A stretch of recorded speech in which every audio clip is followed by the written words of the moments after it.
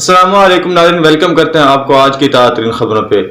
नाज़रीन, आज कुछ थोड़ी सी बातें आपसे अर्ज करनी है कि अवाम में एक छोटी सी नहीं बड़ी सी कहने मायूसी फैली हुई है कि उन्हें ये समझ नहीं आ रही कि पीटीआई का जो उम्मीदवार है वो कौन है और उसका इंतखाबी निशान क्या है। इस तरह की बातें लेकर अवाम कुछ मायूसी का शिकार हो रही है, क्योंकि बल्ले का निशान जाने के बाद अवाम समझ नहीं आ रही कि हमारा इंतखाबी निशान कौन है और पीटीआई का उम्मीदवार कौन है। जिस तरह आप अब देख लें कि लाहौर में लतीफ खोसा को इंतखाबी निशान के दिया गया है। अब आप जरा इमेजिन करें और सोचें कि इंतखाबी निशान के, चलो नौजवान जो पढ़े लिखे होंगे या बूढ़े भी जो पढ़े लिखे होंगे तो वो भी समझ सकते हैं कि अंग्रेजी का लफ्ज के है। मगर आप सोचिए कि अगर एक बूढ़ा आदमी है, ओल्ड मैन, या कोई बूढ़ी औरत है, तो उसे क्या पता है कि क्या होता है।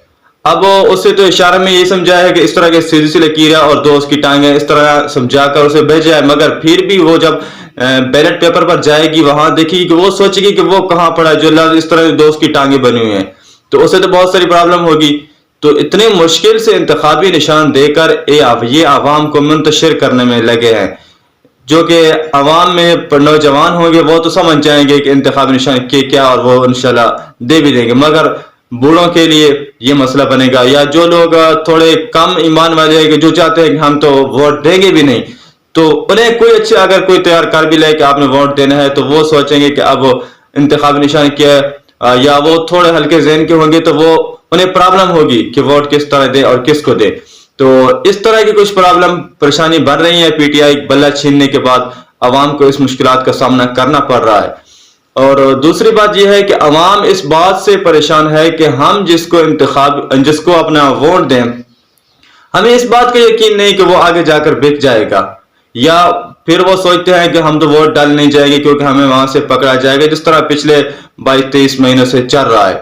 अवाम इस डर से या तो एक्सीडेंट हो जाएगा, या पुलिस पकड़ लेगी, या फिर किसी और तरह से हमें टॉर्चर किया जाएगा, हमें परेशानी का सामना करना पड़ेगा, इसलिए हम वोट डालने नहीं जाएंगे।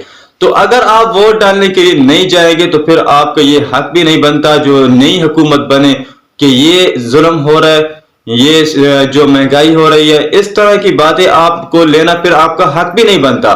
जब आप वोट डालने के लिए 5 साल में आपको एक मौका मिलता है वोट डालने का, अपना हक लेने का, आपको मुंतखब करने का कि ये हुकूमत हमारे लिए अच्छी है, ये हमारे लिए अच्छी नहीं है।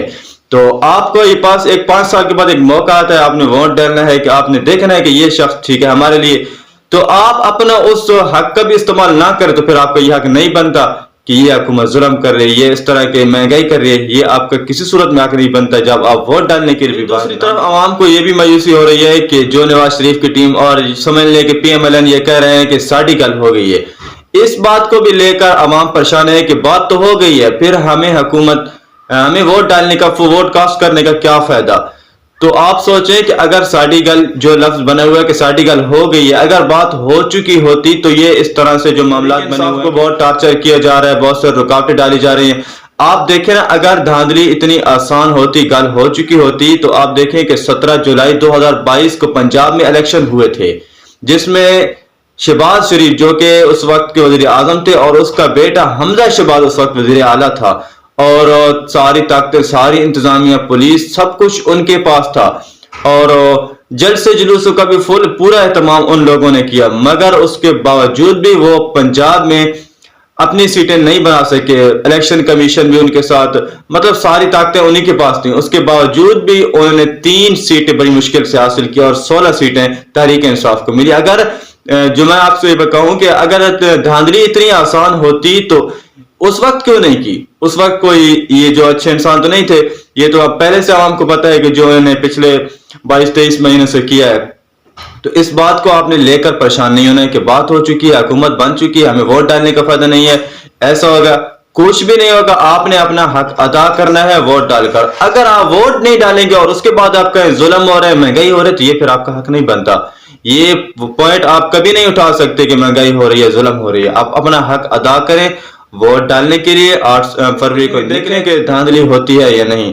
मैं आपको पहले बता चुका हूं कि 17 जुलाई 2022 को जो इलेक्शन हुए थे उसमें भी वो धांधली पूरी तैयारी से की थी, मगर नहीं फिर भी सीट बना सके। 3 सीटें बनी और 16 तहरीक इंसाफ को मिली।